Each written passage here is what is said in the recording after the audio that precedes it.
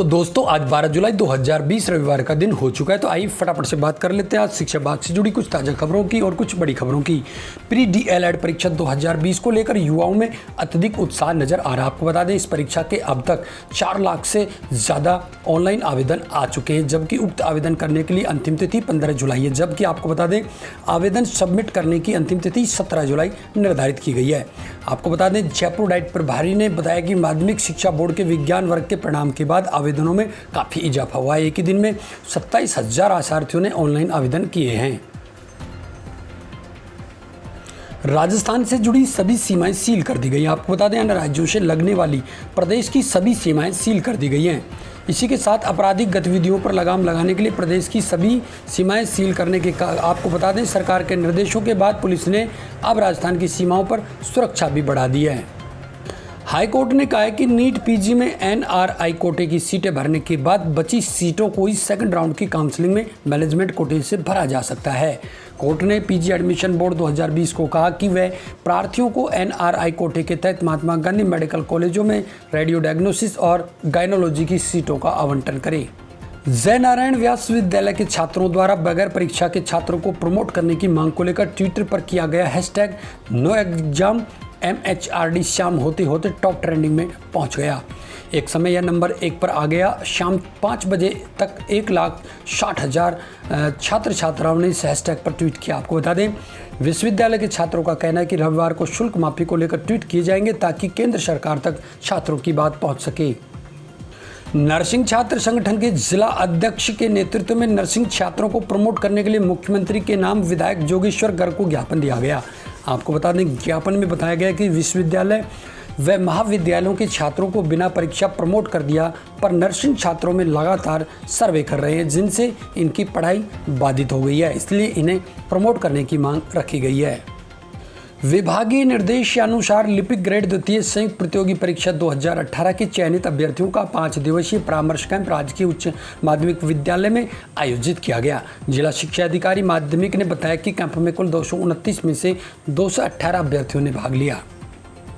राजस्थान शारीरिक शिक्षा शिक्षक संघ ने शनिवार को शिक्षा मंत्री को फैक्स भेजकर महात्मा गांधी राजकीय विद्यालयों में शारीरिक शिक्षकों के साक्षात्कार के परिणाम घोषित कर पदस्थापन की मांग की है। संघ के प्रदेश अध्यक्ष ने बताया कि प्रदेश के सभी जिलों के ब्लॉक मुख्यालयों में 167 अंग्रेजी माध्यम के महात्मा गांधी राजकीय विद्यालय खोले गए। इन विद्यालयों में द्वितीय श्रेणी शारीरिक शिक्षकों ने इंटरव्यू दिए। वर्तमान में 2018 भर्ती वाले शारीरिक शिक्षक अभ्यर्थियों काउंसिलिंग विभाग द्वारा 18 जुलाई से होनी है, लेकिन अंग्रेजी माध्यम के सभी महात्मा गांधी राजकीय विद्यालयों में शारीरिक शिक्षक लगे हुए हैं। भारतीय प्रौद्योगिकी संस्थान जोधपुर के बाद अब राष्ट्रीय विधि विश्वविद्यालय जोधपुर ने भी अपना नया शैक्षणिक सत्र ऑनलाइन शुरू करने का निर्णय किया है। कक्षाएं ऑनलाइन ही लगेंगी। आपको बता दें छात्र छात्राओं को कैंपस नहीं आना होगा। शैक्षणिक सत्र 2020-21 अगस्त से शुरू होगा। नवंबर दिसंबर में ऑनलाइन परीक्षाएं होगी, जबकि 26 दिसंबर से पहले परीक्षा परिणाम भी घोषित कर दिया जाएगा। विश्वविद्यालय अनुदान आयोग के सचिव प्रो रजनीश जैन ने गुरुवार को सभी राज्यों से अपील की थी कि वे अपने यहाँ के सभी विश्वविद्यालयों के फाइनल ईयर के छात्रों की परीक्षा जरूर कराएं।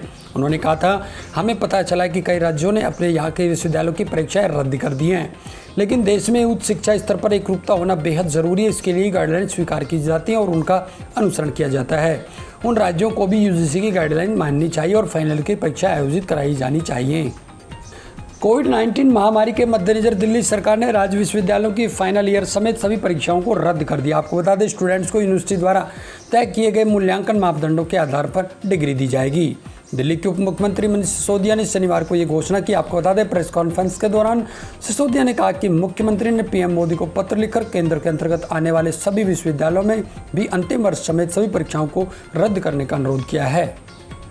राज्य में कोरोना संक्रमण के कारण अंतिम वर्ष सेमेस्टर की परीक्षाएं आयोजित करवाने में आने वाली अनेक व्यावहारिक समस्याओं को ध्यान में रखते हुए उच्च शिक्षा विभाग राजस्थान सरकार द्वारा आज मानव संसाधन विकास मंत्री रमेश पोखरियाल निशंक को पत्र लिखा गया, जिसमें आपको बता दें 8 सूत्रीय मांगों को केंद्र सरकार के सामने राजस्थान के उच्च शिक्षा मंत्री श्री भंवर सिंह भाटी ने रखा। राजस्थान राज्य ILD कौशल विश्वविद्यालय के कुलपति डॉक्टर ललित के पंवार और कॉलेज शिक्षा के निदेशक संदेश नायक की उपस्थिति में शुक्रवार को एक महत्वपूर्ण MOU किया गया, जिसके आधार पर प्रदेश के सभी 291 गवर्नमेंट कॉलेजों में कौशल शिक्षा आधारित रेशो के विभिन्न कोर्स चलाए जाएंगे। आधार कार्ड व पैन कार्ड को लिंक कराने को लेकर अब भ्रमित होने की आवश्यकता नहीं। आपको बता दें, कोरोना महामारी के कारण लोगों को हो रही परेशानी को देखते हुए सरकार ने कई ज़रूरी काम करने की अंतिम तिथि को आगे बढ़ा दिया है। इसमें आधार, पैन लिंक, ITR और फॉर्म 16 भरने सहित अन्य जरूरी काम शामिल हैं। CBSE के बाद माध्यमिक शिक्षा बोर्ड का सिलेबस भी कम किया जाएगा। आपको बता दें, मानव संसाधन विकास मंत्रालय की सिफारिश पर माध्यमिक शिक्षा बोर्ड के निदेशक सौरभ स्वामी ने राजस्थान राज्य शैक्षिक अनुसंधान और प्रशिक्षण परिषद को पत्र लिखकर सिलेबस कम करने व किताबों में संशोधन करने के निर्देश दिए हैं।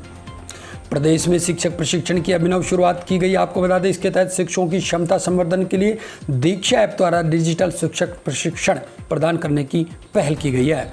शिक्षा राज्य मंत्री गोविंद सिंह डोटासरा ने बताया कि शिक्षा विभाग में कोरोना के इस विकट दौर में शिक्षकों के प्रशिक्षण में किसी तरह का व्यवधान नहीं हो, इसको ध्यान में रखते हुए अपनाए गए नवाचारों के अंतर्गत यह पहल की गई है। CBSE 10वीं और 12वीं के नतीजों को अंतिम रूप देने में जुटा है। आपको बता दें, कॉपियों की जांच और आंतरिक मूल्यांकन के अंकों का परीक्षण जारी है। परीक्षाओं के नतीजे 15 जुलाई तक जारी कर दिए जाएंगे। बोर्ड 10वीं का परिणाम कॉपियों के मूल्यांकन के मुताबिक घोषित करेगा, जबकि 12वीं के विद्यार्थियों को 3 आंतरिक परीक्षाओं के मूल्यांकन के आधार पर अंक दिए जाएंगे। परिजनों की सुप्रीम कोर्ट में याचिका के बाद बोर्ड ने 10वीं 12वीं की परीक्षाएं स्थगित कर दी थी। राजस्थान विश्वविद्यालय के कुलपति प्रोफेसर RK कोठारी का कार्यकाल शनिवार को समाप्त हो रहा है। इससे पहले ही राज्य सरकार के उच्च शिक्षा विभाग में राज्यपाल को राजस्थान विश्वविद्यालय के कुलपति के पद पर स्थायी नियुक्ति होने तक कुलपति का कार्यभार राजस्थान ऋषि भर्तृहरि मत्स्य विश्वविद्यालय अलवर के कुलपति प्रोफेसर जगदीश प्रसाद यादव को सौंपे जाने पर सिफारिश की गई है। बोर्ड की ओर से इस साल कोविड-19 के कारण कई परीक्षाएं रद्द कर दी गई थी। रद्द किए गए शेष पेपरों के मार्क्स एक वैकल्पिक मूल्यांकन योजना के जरिए दिए गए हैं। आपको बता दें, मूल्यांकन योजना के मुताबिक उम्मीदवारों का मूल्यांकन 3 मापदंडों के आधार पर किया गया। इनमें सर्वश्रेष्ठ 3 विषयों के अंक, उनकी आंतरिक मूल्यांकन के अंक और प्रोजेक्ट का मूल्यांकन शामिल है। तो दोस्तों, ये थी आज 12 जुलाई 2020 से जुड़ी शिक्षा विभाग की कुछ बड़ी खबरें। शिक्षा विभाग से जुड़ी प्रत्येक बड़ी अपडेट के लिए लगातार आप बने रहे हमारे साथ में। प्रत्येक बड़ी खबर का नोटिफिकेशन लगातार आप तक पहुंचता रहे, इसके लिए चैनल को सब्सक्राइब अवश्य कर लें।